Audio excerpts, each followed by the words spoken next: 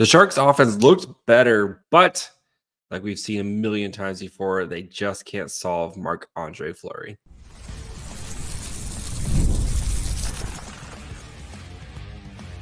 You're Locked On Sharks, your daily podcast on the San Jose Sharks, part of the Locked On Podcast Network, your team every day. Hello, welcome to Locked On Sharks, the premier hockey podcast covering your favorite team in the Bay Area. My name is JD Young, caretaker of the Reef, also the co-host of Locked On NHL's Tuesdays episodes. Want to thank you for making Locked On Sharks your first listen. Proudly part of the Locked On Network. We cover your team every day.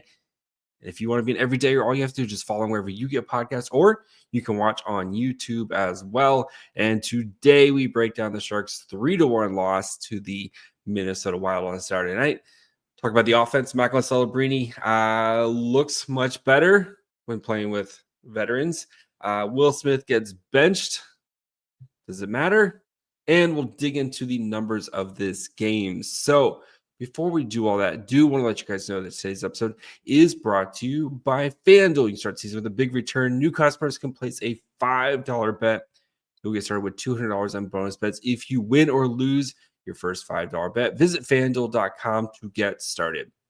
All right, the big takeaway from this game, the offense looked way better. And yes, they scored the same amount of goals as they did against Utah with one, but the offense, just the pace, the style, everything the offense did looked much better in this game against the Wild. And yes, I know the Wild are down a bajillion people, right?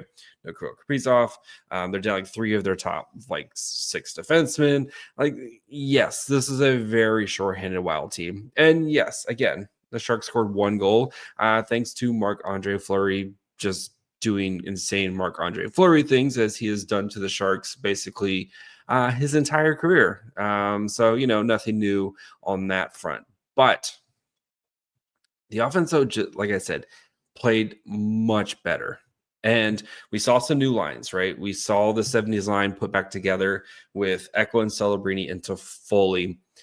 And that line was dominant in this game, right?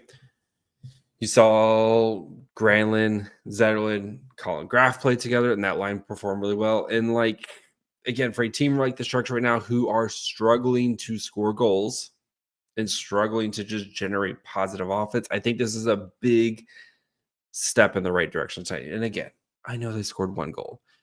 Marc-André Fleury also had allowed 1 goal, and the expected goals against was 3.21. So the Sharks, unlucky tonight. And the Sharks had plenty of opportunities to score on Saturday night. They just weren't able to solve Marc-André Fleury. Marc-André Fleury is a Hall of Famer, one of the best goalies of his generation. And he has done this to the Sharks a lot. So, but let's look at the positives. I think you have to start with the Celebrini line, right? And Celebrini has definitely struggled. We talked about it on Friday night's episode, if maybe we should look at breaking up the kid line. They break up the kid line. Celebrini has a primary assist, and Celebrini was a man on fire. He was determined in this game to provide all the offense, and he did. So Celebrini in this game, when he was on the ice, 26. The Sharks had 26 shot attempts when he was on the ice, which is ridiculous. He was just anytime he had a chance to shoot, he was shooting the puck, which is what you want to see, right? You want to see that from Macklin Celebrini. And he wasn't reckless about it either, right? There's not I'm just going to shoot the puck just to shoot the puck. But I thought, really had one of his best games as of late, and was rewarded with an assist. Great. That was him driving to the net and Eklund kind of crashing in and finishing it off. But if he keeps playing like that, the points are going to come. And that is what I know. Points aren't everything, but I think tonight that game was a nice little reminder of, oh yeah, Macklin Celebrini is really good. I'm curious to see, I think, and we're going to talk about Will Smith more in the second segment, but I wouldn't be surprised if that 70s line gets a bit of a run here. And I know the Sharks are dealing with some injuries and stuff, and Alex Wenberg wasn't in this game because of an illness. And yes, the Sharks are a little banged up here and there, but I would love to see that 70s line continue to get a chance here to kind of get some momentum and try to kind of get some chemistry. And I know there's the Ryan Warsofsky guy haters or whatever are gonna be like, well, they just keep mixing up the lines. Well, it's like, yeah, of course they keep mixing up the lines because one, nobody can stay healthy right now. Kovalenko is out. Klim Kostin, both of those guys put on IR on Saturday, so that way they can bring back Carl Grundstrom and Jake Wallman. Like, of course, this team he's going to continue to try to mix up the lines to try to get some offense because the team just can't score goals right now. So it's trying to see what sticks right now. But that 70s line, Celebrini, Toffoli, Eklund, there's another world where that game that we're talking about how that line has like 4 goals between the three of them because they had plenty of opportunities. Toffoli had a few where he was like, he's probably going to have nightmares about some of the opportunities that he let slipped away. Celebrini has some great looks, and that's positive to see. Also, I think the return of Jake Wallman was huge, right? The Sharks, especially the last kind of couple games here, have really struggled to get the puck out of their own zone. And Jake Wallman solves a lot of those issues. He had an assist as well on the Eklund goal, but I think Wallman back is going to be a huge boost for this team, and it's going to be really fun on Tuesday when the Sharks play the Red Wings. Jake Wallman making his return to the team that traded him away for nothing. How's future considerations doing? Well, I mean, Red Wings are doing really well, and they're smoking the Kraken today. I think last time I checked, it was like 6-0, I think, or something like it was some ridiculous score. It is 6-2 right now, late in the third, but that Red Wings team is hot. They're on fire right now. I think it's going to be good kind of test to see if the Sharks offense can continue to play well against a fully stocked team, unlike the Minnesota Wild here. Credit to the Wild. The Wild took advantage of their opportunities. Very short-handed group. Marc-André Fleury stood on his head in this game. But I think, though, you have to be at least, again, I know they scored 1 goal, but you have to feel much better about at least the direction of the Sharks offense compared to what we saw against Utah, right? Where the Sharks could barely get any shots on goal. It was watching 2 teams fight over it in the mud. This, just the pace of it, the precision to the pass, and just everything looked much cleaner from the Sharks on Saturday. And if they keep playing this way, they're going to get rewarded with goals. Like, the goals are going to come. I fully believe the goals are going to come. And part of being a young team is dealing with a lot of these kind of ups and downs, right? And this feels like a process of a results game where the process was good for the Sharks. They just couldn't figure out a way to solve Fleury. So I think if they keep playing this way, you're going to see a bit of a goal explosion here. Nothing, I don't think like the 7-8 goals that we saw, Kings Kraken, but I think we can, start getting back into those 3-4 goal performances that we were at least getting used to in November. And especially if Celebrini and Toffoli and Eklund can kind of lead the way. And look at Eklund now. It's got starting to put together some scoring here. I know there was William Eklund hasn't scored in a bajillion games. Is William Eklund ever going to score? William Eklund, he's starting to score again, which is what we want to see. I'm fully expect him to kind of continue to, especially if he's going to be playing with he's going to be playing with Celebrini. Eklund's going to get opportunities to score, and I think you're going to continue to see some scoring from him. So he's got he's got 3 goals in his last 5 games here. And then even before that, basically since December 19th, 4 goals in his last 7. So cool. Let's keep seeing Eklund continue to hit the back of the net here. So one person, though, who had a tough performance, namely Will Smith, got benched late in this end of the second period, basically didn't play at all in the third period. Is this a big deal? Does it matter?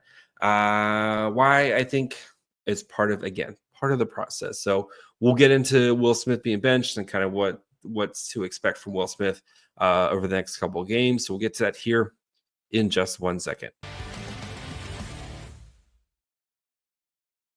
From big upsets to game-winning drives, the NFL playoffs are better with FanDuel because right now, new customers can bet $5 and get $200 in bonus bets. Guaranteed, that's $200 in bonus bets. Win or lose, FanDuel app gives you everything you need for live bets, same game parlays, and so much more. I hope you listen to me. Josh Allen and the Bills cruised against the Broncos. I know it was a little tight at first, but I had faith. And yeah, I think it's going to be a very close Bills-Ravens game, but I still like the Bills. I think it's their year. So if you're going to ride with me in the Bills, just visit FanDuel.com and join today. You'll get started with $200 in bonus bets. That's FanDuel.com. Make this playoff season unforgettable with FanDuel, the official sportsbook partner of the NFL. All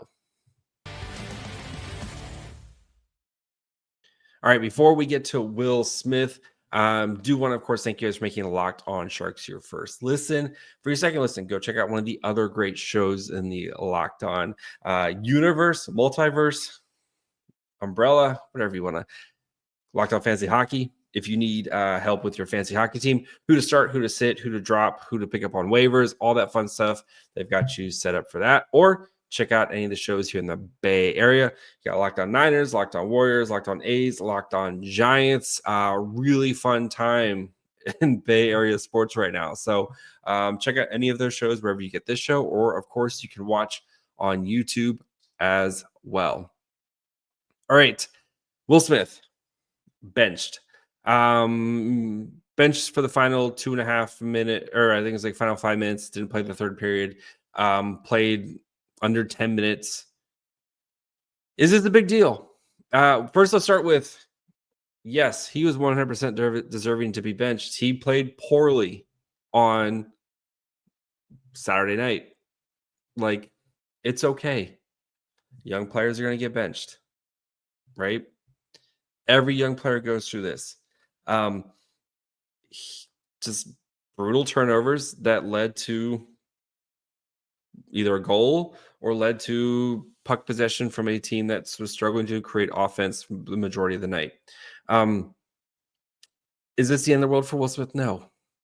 And like I 100% like I think Will Smith's going to have a bright future, but we knew this season was going to be a struggle, right? Making that jump from NCAA to the NHL, we knew there was going to be struggles, and this is just one of those struggle moments.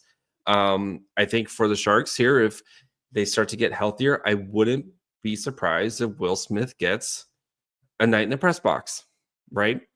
They'll probably call it development day, whatever. Wouldn't be surprised if, especially, I wouldn't be surprised on this road trip, even on Tuesday night, if the Sharks potentially put him in, sit him for the night. Okay, and just take a deep breath, watch the game, and see what kind of learn from this moment. And Ryan Warsofsky said we need to kind of get back with him and learn with kind of work with him some more. And again, like you see, with Shang did a great job of kind of breaking down like what led to it and kind of why the Sharks still believe him. And I'm okay with it. Like it's okay for a young player to get benched, especially if he keeps making the same mistakes. And how often do you see Will Smith just kind of blindly fling a pass from the boards that either gets intercepted or, does it? And Will Smith, the future, is probably going to start connecting to more and more of those passes as he gets bigger, stronger, faster. But right now, like these are learning moments for him of what he can and can't do in the NHL. So I'm okay with it. Like if Will Smith gets benched for like 2 or 3 games and then is playing like fourth line minutes, then we can have a conversation. And Ryan Warsofsky, I think, isn't going to be like that, where he's going to give an opportunity to Will Smith to earn his role back here. And hopefully when Alex Wenberg, who is out on Saturday with an illness, maybe if we get like a Wenberg Smith and then they'll probably put Cunnin or Goodrow on that line, but like and try to kind of give Will Smith an opportunity to try to earn some more ice time and kind of maybe play against a little bit easier opponents, third or fourth line, like put him in a position to succeed. So I'm not going to get really bent out of shape about it. Will Smith's played poorly. Like he played poorly in this game. He's not really had some of his best moments lately. And, maybe it was part of the Celebrini Smith line. And those guys had some sparks earlier, but they just weren't able to kind of continue to build on it. And again, like you're trying to figure things out right now, especially for a Sharks team that, again, struggling to score goals. And I'm not going to worry about Will Smith's long-term future, et cetera. I'm not going to make this the Will Smith needs to go play in the AHL because I don't think like they have a plan with him. And, again, I've said it a lot this season, right? You need to ride the line, right? Don't get too high. Don't get too low. We're in a low point right now. And I think Will Smith's too good of a player and he's too smart of a player where he's not going to figure this thing out. Okay. So, but I think if I was guessing, I think he gets press box, especially if the Sharks can kind of cobble together a line here. I think he gets press box on Tuesday night against the Red Wings. And then I think he'll be back on Thursday. What is the Sharks schedule right now? But that would be my guess of kind of what's going to happen with Will Smith right now is that's probably what you're going to see is I bet unless injuries kind of make things a little bit tougher here.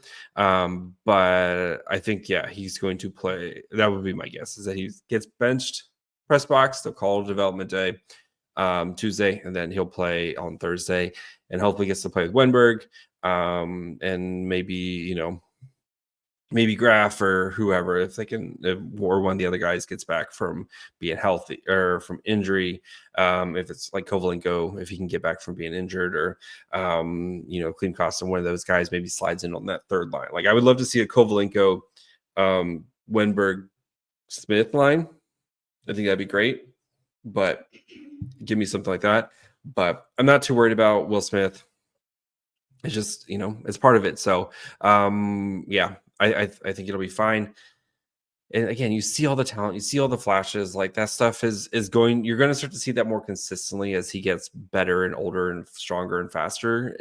But I'm not going to worry about a couple poor performances and what's been, this is a long road for Will Smith. So we're going to continue here, dig into the numbers of this game, talk about Askarov with the poor performance, how the Sharks offense really kind of took it to the Wild, but weren't able to get a lot of quality in this game.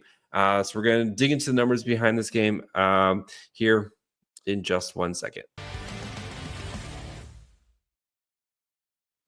Did Rocket Money help you find subscriptions you forgot about or that you were paying for twice? Definitely happened in our household. My wife downloaded Rocket Money and found out a bunch of subscriptions that we just completely forgot about. Rocket Money made it so easy to track them all down. It's like having a personal assistant for your finances. Rocket Money is a personal finance app that helps you find and cancel your unwanted subscriptions, monitors your spending, and helps lower your bills so you can grow your savings. It brings everything together in one place, whether it's subscriptions, your spending habits, or even the goals you want to hit this year. Rocket Money has over 5 million users and saved a total of $500 million cancellation subscriptions, saving members up to $740 a year when using all the app's premium features. $740, that's like 3 Celebrini jerseys right there. Like you could get a home and away and their third jersey and be set. So cancel your unwanted subscriptions and reach your financial goals faster with Rocket Money. Go to rocketmoney.com/lockedon today. That's rocketmoney.com/lockedon. rocketmoney.com/lockedon.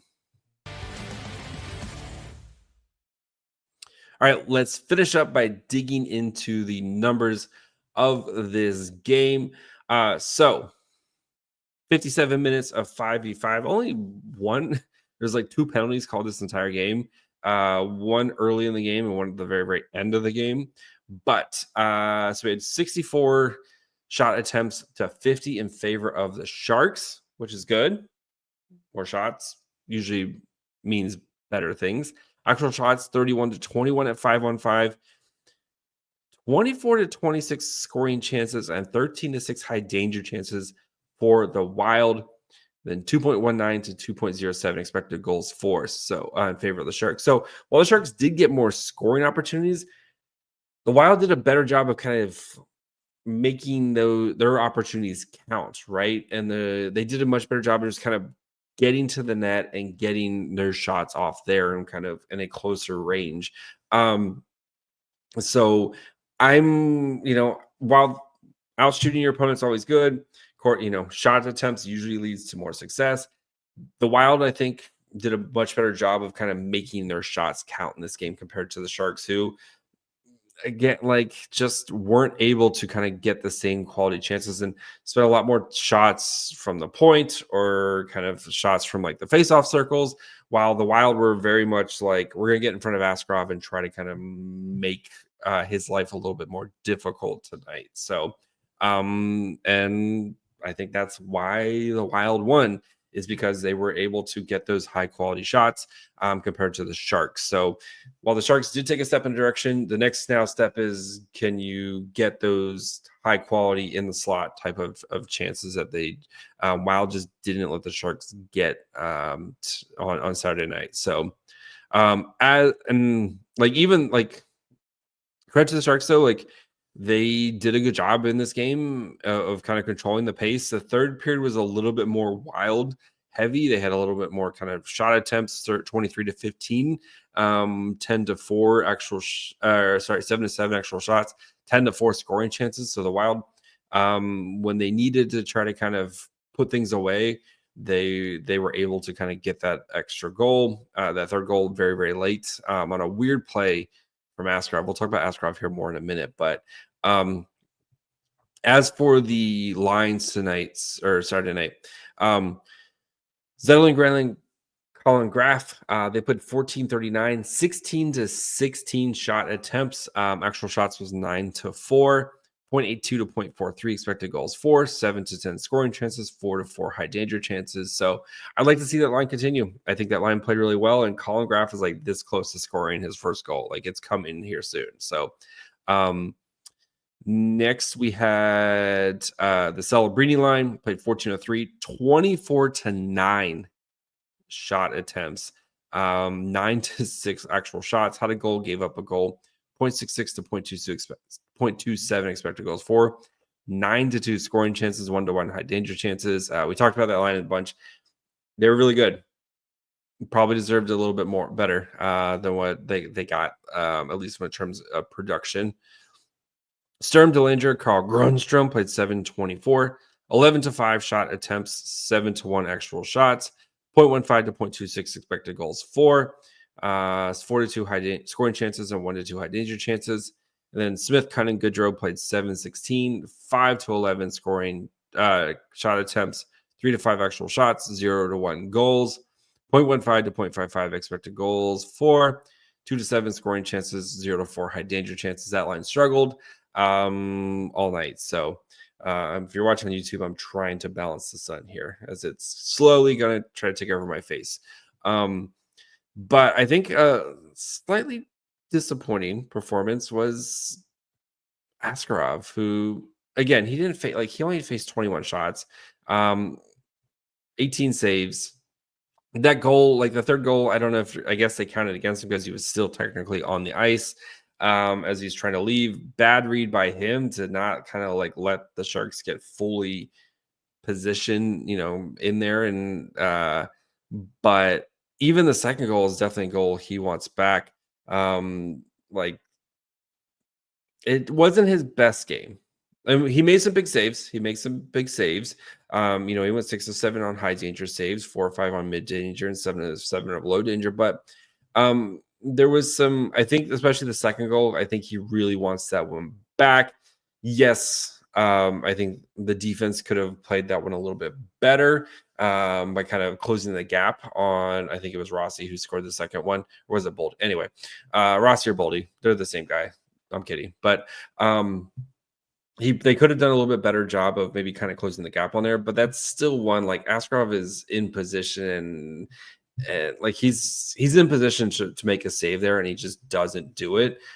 So yeah, that was definitely, I think, not, of all the Askarov performance, I think this was easily the worst Askarov performance that we had seen from him so far in his Sharks tenure. So not the end of the world, but just would like to kind of see a little bit better performance from him. And I wouldn't be surprised if his next game again, if I think he has a big bounce back game. I know we could also be setting up for a nice Askarov in Nashville performance, which would be super fun next week. But the defensive pairs for our Liljegren, they led the way with Corsi 67.65%, 23 shots for, 11 against. Through Ruda, we're next at 17-14, 54.84%. Then Walman CC 52.94%. So all your defensive pairs were positive in the Corsi. Again, when you kind of lead the shots that much, of course that's going to happen. But I would be like, sorry, the light. I still think this was. I think Walman really had a big boost for the Sharks in his return. I'm curious. I would like to see Mukhamadullin back in because, like, Mukhamadullin needs to play. So I don't know if maybe they send him back to the Barracuda here soon, especially if they start to get healthier with some of these guys coming back potentially. But would like to see Mukhamadullin back in the lineup at some point. But again, until I think they ship somebody out, I think it's going to be very much musical chairs for the Sharks as they try to kind of figure this thing out defensively. But overall, though, I like I said, big takeaway, positive steps from the Sharks and their offense in this game. You love seeing the Celebrini line continue to play the way they did, and I think they're going to get rewarded. I'm not worried about Will Smith. I think it's part of the process. If he's, like I said, don't be surprised if he gets press box at some point here. If the Sharks can kind of figure it out numbers wise, and then he'll get his opportunity to kind of respond. And I think Will Smith's going to have a big response once he does get back in and stuff. So, and Askarov, his worst game, but I'm not too worried about it. So that's going to be it for me. We'll be back tomorrow. We're going to finish up our prospect check midseason check-in. We're doing the 2024 draft class, checking on Celebrini, Dickinson, all those fun guys. So we'll get to that tomorrow. So make sure you guys are following wherever you get podcasts. And of course, you can watch on YouTube as well. Follow the show on Twitter, Facebook, and Instagram at Locked On Sharks. Follow me on Twitter and Blue Sky at My Fry Hole. Till tomorrow. Bye, friends.